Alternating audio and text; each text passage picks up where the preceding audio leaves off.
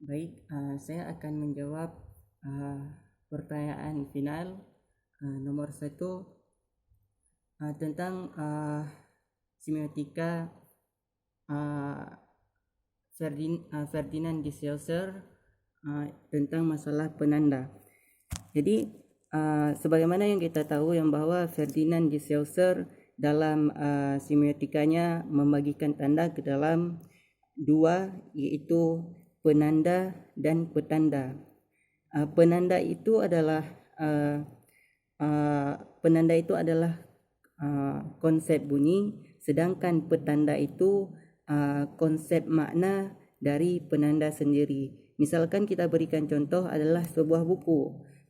Penandanya adalah buku, sedangkan buku sendiri, sedangkan petanda adalah makna dari buku merupakan sebuah cetakan yang dijilid, kemudian di dalamnya itu ada tulisan tentang ilmu yang ditulis di dalam buku tersebut. Itu adalah petandanya.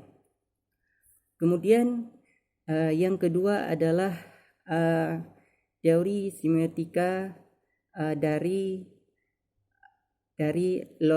Roland Barthes tentang permasalahan mitos.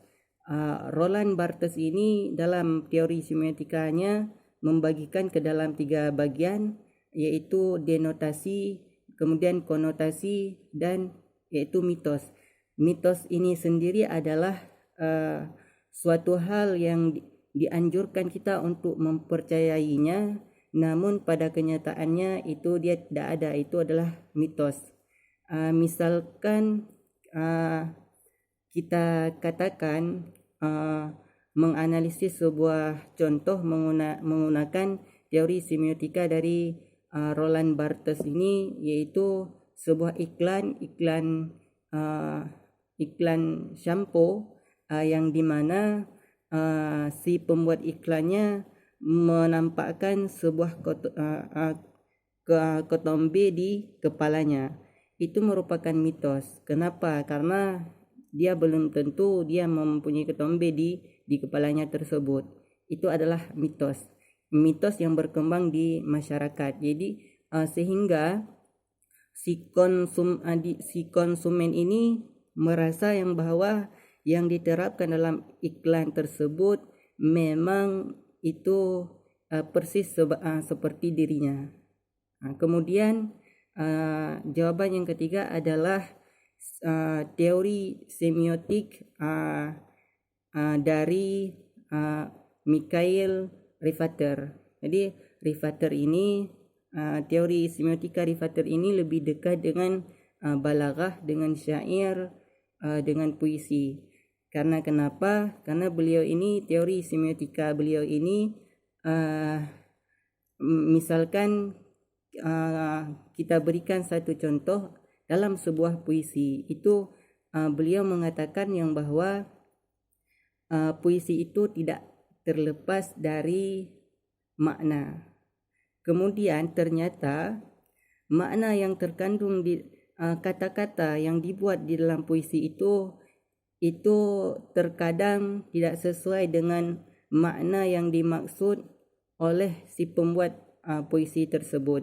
Maknanya memang maknanya seperti bunyi daripada puisi tersebut seperti itu, tetapi maknanya berbeda dengan bunyi puisi tersebut.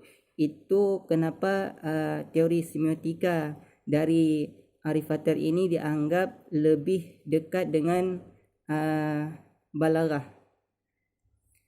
Kemudian soal yang keempat adalah tentang syair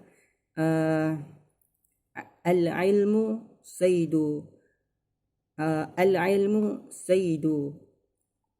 wal kitabatu al-ilmu saydun wal kitabatu qayduhu qayyid suyudaka bil hibalil wathiqah. Jadi di situ kalau kita menganalisis dengan teori semiotika Ferdinand de Saussure, kita dapat mengetahui di situ ada penandanya. Apa itu penanda? Yaitu ucapan ilmu itu adalah binatang buas, kemudian cara mengikat